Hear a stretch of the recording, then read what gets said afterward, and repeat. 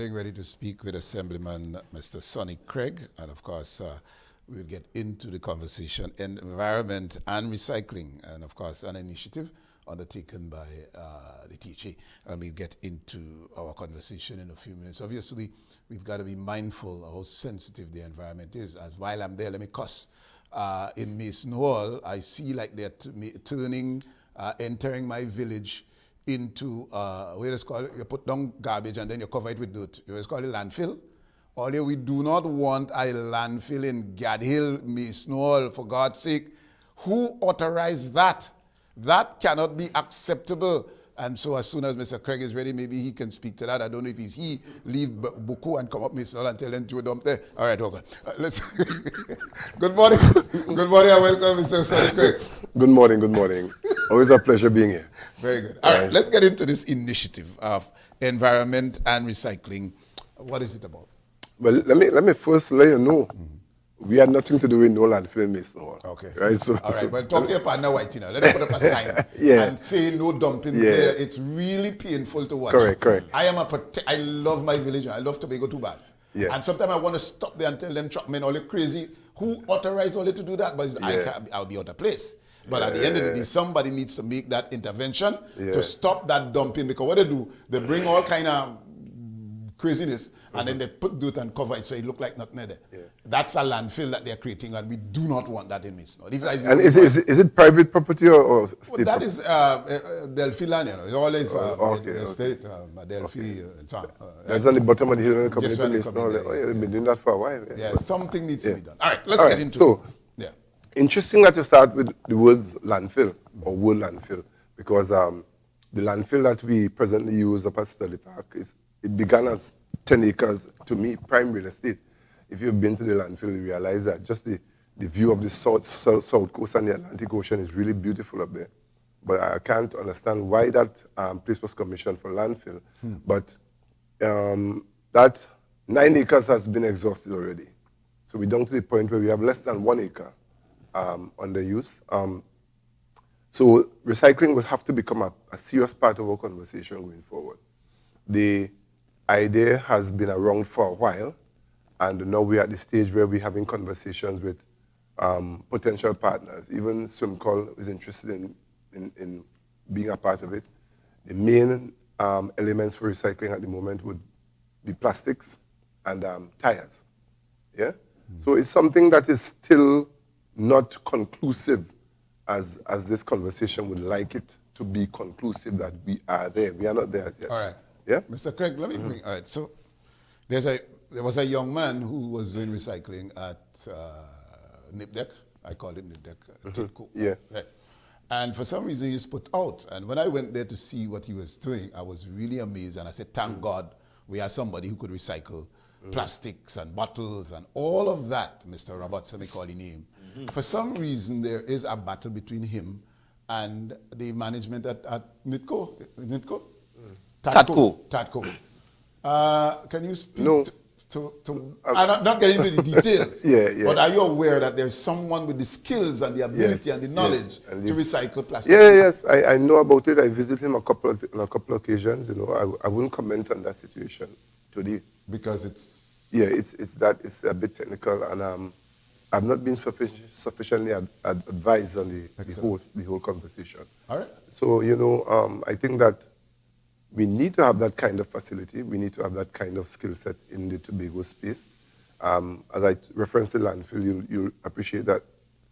Basically what I'm saying is that landfill, when you go up there, the amount of plastics you're seeing. As far as plastics are concerned, though, one concern that I'm working on feverishly is to have us eliminate the use of plastic bags. I was blessed to be in some of the other islands of the region, Grenada, St. Lucia, and witnessed that. I went to the supermarket, and on 2 occasions I was caught. In Grenada, I went to the counter with all my groceries, and the cashier asked, do you have a bag? I said, no. She pulls her bag from below the counter, she swipes it on the cash register, she charged me $1, and then she loaded my groceries into my reusable bag, and I think the bag is also biodegradable. And I had to remember my bag every day. I'm going back to the supermarket while I was there. So And the same thing obtained. I got caught again in St. Lucia. Force of habit, because I'm so accustomed just walking up to the counter in Viewport or wherever and just getting a bag and leave. So it's something that we definitely need to attempt in Tobago. We have already have executive council approval to pursue this. I think we are sourcing the funds now. You know, everything comes down to funding. Yeah. So we're looking to get the funding to really press forward with it. Very good. Quickly before we have a mentality in Tobago to get rid of garbage. We put everything in the garbage bag. So I've had the privilege of living in different parts of the world. Yeah. So I can tell you I had to conform as to when to get what day they're collecting cardboard, what day they're collecting plastic, what day they're collecting your regular garbage. And glass. And glass. Yes, yes. Mr. Craig, we put in everything in the garbage bin or garbage bag and carry it up to Studley Park. You just said that the amount of plastics you are seeing there. Are we introducing that or make it law or somewhere where people have to conform to understanding that getting rid of garbage, not put everything in your garbage bin? Yeah. Are we going there? Is that part of this initiative? So as to bring people to understanding the dangers of putting everything in your garbage bag? One of the things we're going to do at first is that we want to encourage composting. Composting is an option that the average man, and one of the things about the whole environmental concern that I'm seeing where we could really make an impact is where individuals could see where they could engender some kind of change or some kind of improvement. Let me just say change, because sometimes people interpret change as exchange, and I have this and you want to give me that, and why I think I like it, so I have a choice. No, we are engendering a better way. So begin with all your peels. When you finish eating orange, if you peg it or you peel it, is up to you. But what you do with all that little scrap that's left, it's as simple as having a little bucket somewhere and throwing all that separately to the rest of the garbage. So the whole idea of specializing the garbage and separating is something that has to come with a whole culture shift, right? Even as this young guy, Mr. Roberts, is doing the plastics and he has his special bins here and there, you'll be surprised when you go to clear those bins, what some people throw in those bins. Under the knowledge that these are for plastics only, you know? Decaying animals have been found in them. And so there is a mind and a culture shift to happen. So definitely the color-coded bins are a part of the plan going forward. The Chief Secretary wanted the THA to be a part of assisting the community by supplying these bins. But these are initiatives that couldn't really fly at first because of funding constraints. We are hoping with the new arrangement, we could be afforded that additional measure of funding to really put these things on the drawing board and execute them in the Tobago space. But based on the information and the data that you would have been collecting and continue to collect, what about the culture of the people? Are people abiding by these shifts? Are people getting accustomed to reduction of plastics, for example, reduction of bottled water, for example? Right. We know those plastic items will be difficult to decompose in the long run. Right. What is the data showing? If I were to allow the public to just join the search, you would, even if there is some indiscipline in the collection of plastics, mostly persons seem very willing to cooperate in the plastic campaign. Because you'll go around and see garbage bags with plastic only, awaiting pickup. Or you go to the same bins that I told you that they might throw a decaying animal into the bin, but the bin would be 90% plastic. Right. So now, so then there is a measure of the community, there is a number in the community that is conforming nicely and are willing to work with this. I'm of the view to, I don't have the data, but I'm saying that Tobagonians are willing in most part to have a better Tobago. I'm saying that without fear of contradiction. I think that, but you know, in any society, all it takes is one criminal in Mason Hall and Mason Hall start a branding as a place, you know. And in every negative sphere, once you bring one or two of them in, two miscreants into the space, you find that the branding continues. But based on my observation and research, Tobago is willing to work, but we have to put certain policies in place to really launch this initiative into the Tobago space as a way of life. Our approach coming up in the new school term would be to go into the schools, especially educating the children about alternative energy, the importance of taking off the tap when you're brushing your teeth, and just put it on when at the stages in the process where you need to use water, because I'm sure, but I'm not sure because I speak for myself. I still guilty of just leaving on that pipe while I'm brushing my teeth. So because I do it, and I'm trying to train myself out of it, I might be reasonable in saying a lot of adults on the island might have that weakness in leaving on the pipe. And light switches, saving energy, where my office is located, at the close of every day, even if I'm leaving the office to come back, in an hour or two, I take off the air conditioner, I take off the lights before I leave. Right. So I don't think enough is being said in the public space via whatever measure, whether social media or traditional media. Traditional media. I think more could be done to keep this conversation alive. And I think I could take the blame for maybe not making that sufficiently important conversation in the public space. But in terms of the short-term rollout, what can persons expect? All right, so as I said, coming into the new school term, there'll be the alternative energy conversation, and because my responsibility is not necessarily in environmental alone, but there is also energy, right? And there's the coastal concerns, because with coastal concerns will come the whole sargassum conversation. And so there's a lot that's coming on the Tobago space. Internationally, there is, and it's still me to remember the name of the space in the ocean, where because of the movement of tides, everything accumulates in this one space in the ocean. Ocean-going vessels see it and they have to bypass it because the tides bring, and it gives an idea of where the plastic pollution problem is. And you would notice when you go to the beach, there's plastic there, but so now when you look at the plastic, you realize it's something you've never seen before. It's a brand that came from some other country. It might be Latin America. It might because if you remember the movement of the tides, the trade winds and so on, you will know that a lot of precipitation, a lot of movement comes off the coast of Africa, comes across to the Caribbean, and then makes the cycle back up to the north and comes up. So then our dirty beaches might not be our real cause, but we have to see it as our problem. Very good. So, Right. Yeah, go on. All right. You mentioned getting rid of plastics. There was also a drive to get rid of styrofoam as well, and to use alternative containers and biodegradable containers. That is. Let's speak about what would be your approach in getting rid of plastics. Number one, that's the main, if you want to call it, danger to the environment. Let's say it gets into the ocean, the turtle swallows it, takes it for jellyfish, and then the turtle dies and so on. Let's speak about your approach, or what is the approach in treating with, how do we get to the accepting of other types of, as you talk about the bags and so on. Getting rid of plastics. What's the drive, what's the intent, and how we go about it? So the mindset has to be, that those who do retailing, especially, those who do the retailing, they are the ones who would be the drivers. Because if you go to buy a box of food, you get the box of food and you leave. You get in styrofoam.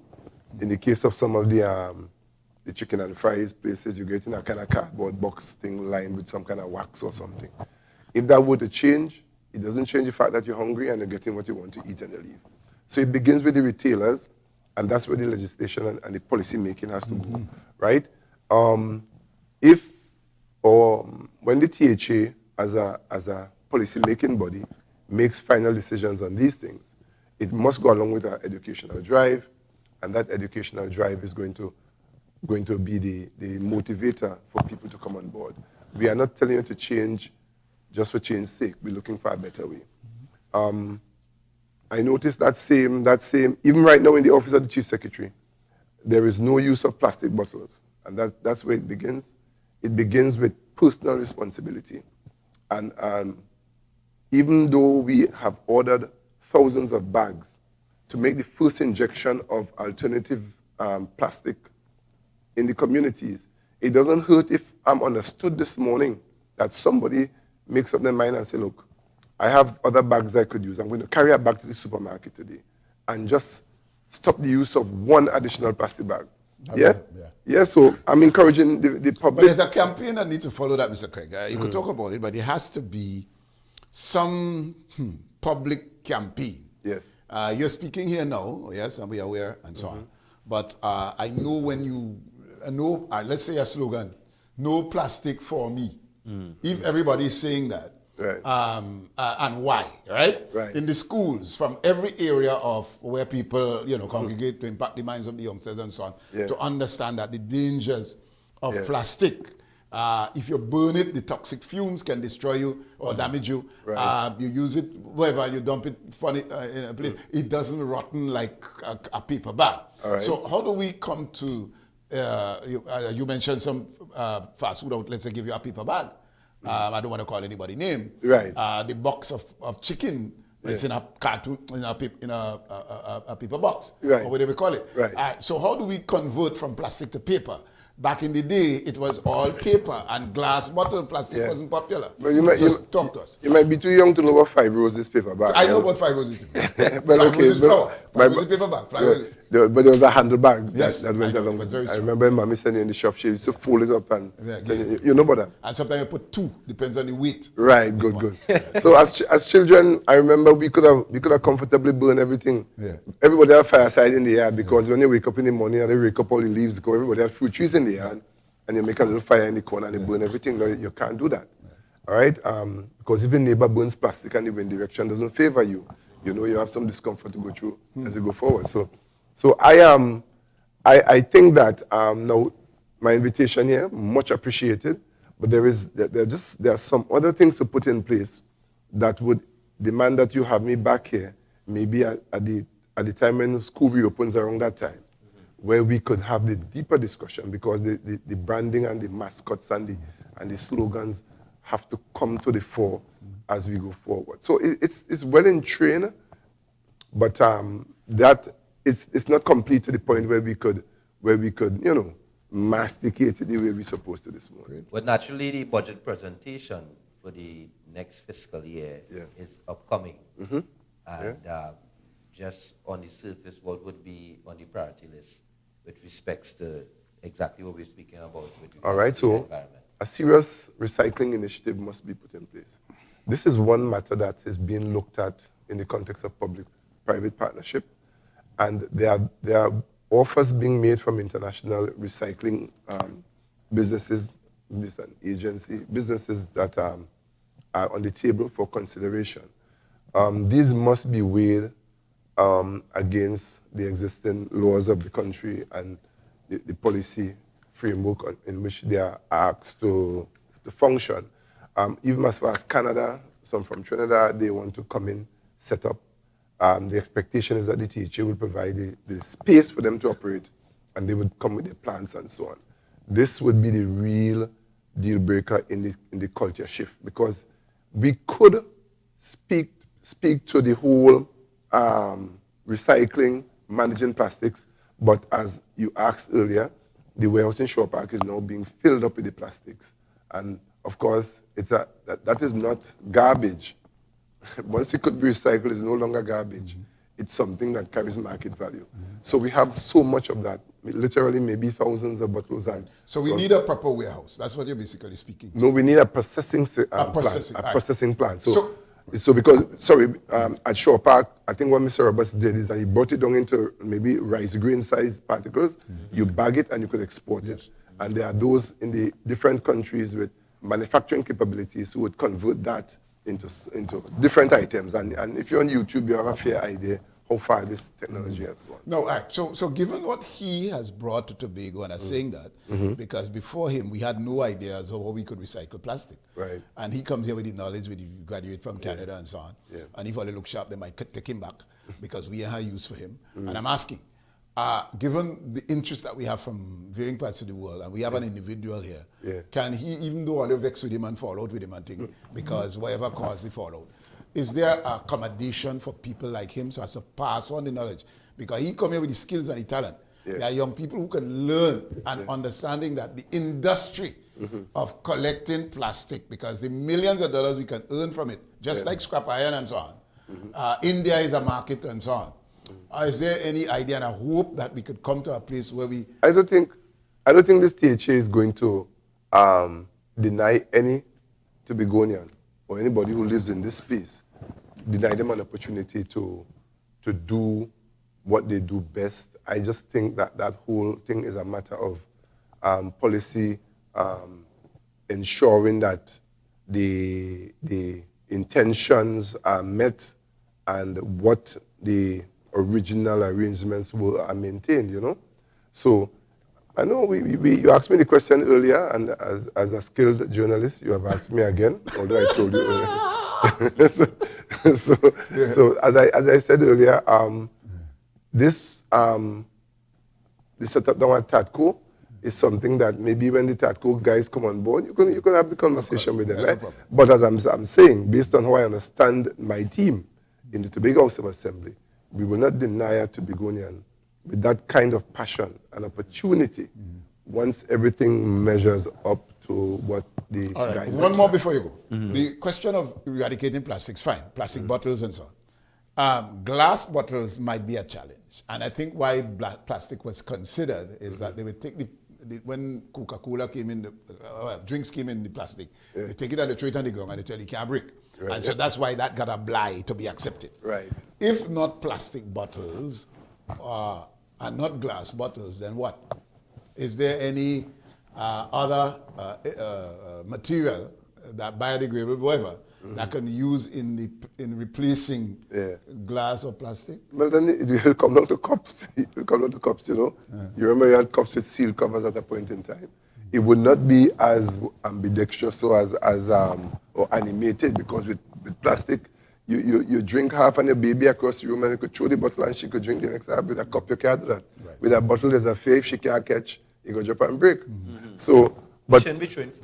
Well, okay. That sounds like Mommy says it, but that's so biblical. Well, I hear it right now. Yeah, but just to make the point, yeah. So, but when you go to games where the emotions run high and there's a potential for a riot if the referee and blow the game right, you don't want to have a filled container of liquid could become a missile. So I'm seeing there was a time when I remember when there was the tall 12 cannings. Tall 12 was a big bottle. Yes. You know about that? Yeah, man. Yeah, man. And then Solo and so on, all of them were in bottle. Yeah. And then they moved to tins, and then we moved to plastic. So the evolution continues. There are options.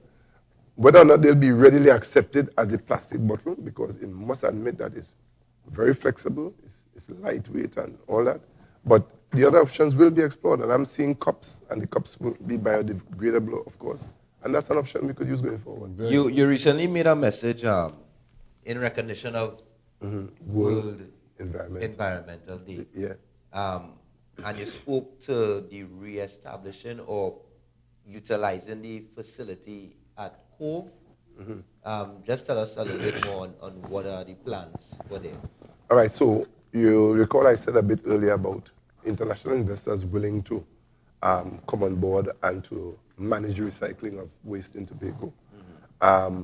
When you look at the type of plants that would need to be set up to really do that, one of the best places we could imagine is Cove, right?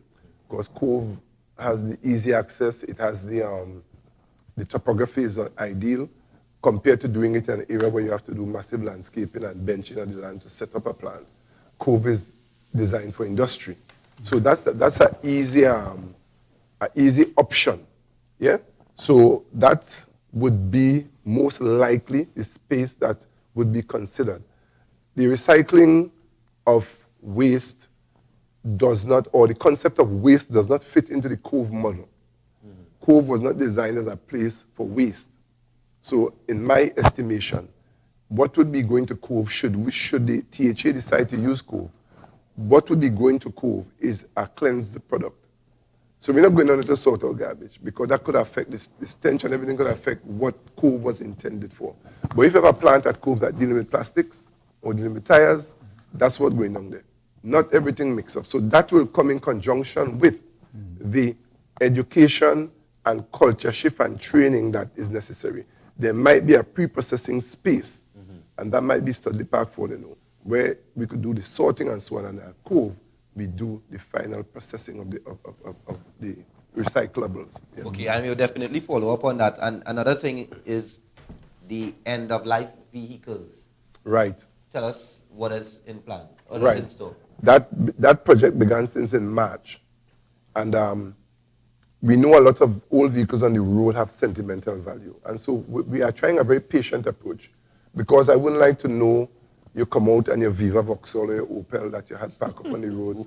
I don't know if you remember them names of cars. I'd rather Why you challenge me? I can remember plenty things. Yeah. Or your Cortina or whatever is parked up on the road there, and you want to just come out every day of your house and see your Cortina because you remember the good days, But we're not going to have patience forever with that. Exactly. Persons are moving their vehicles voluntarily as we speak.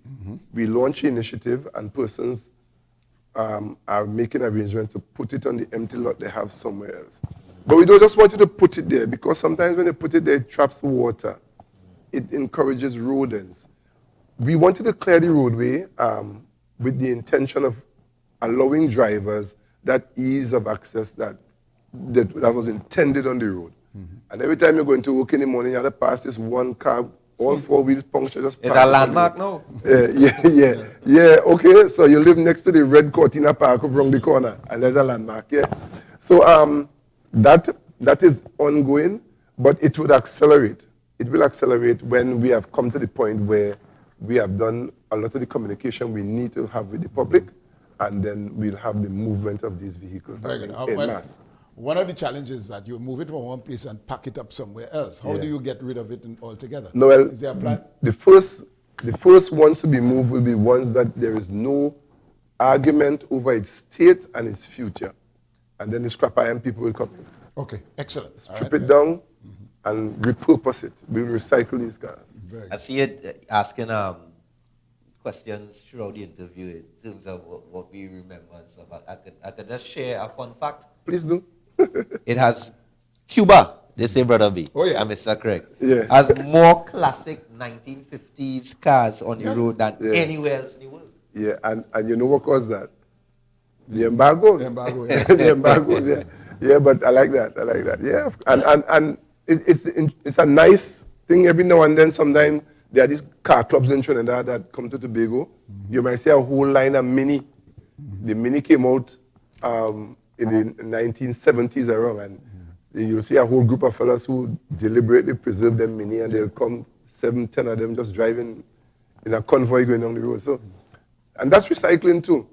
That's recycling too. But one of the greatest measures of recycling, since I've been looking at this, is the recycling of education. You know? And so we have to re-educate people. We have to re-educate people. And there are some things that we are throwing out. Yes. There's knowledge that we're throwing out that we really should be preserving. Excellent. Yeah, and that's the kind of knowledge that could make a difference in our challenges with crime and so on. You remember when there was a time when every young person knew the Lord's Prayer, we knew the Shepherd's Psalm, we knew certain sayings, and those sayings need to be recycled and brought back up for a second use. Brilliant. That is one of the recycling I really want to encourage.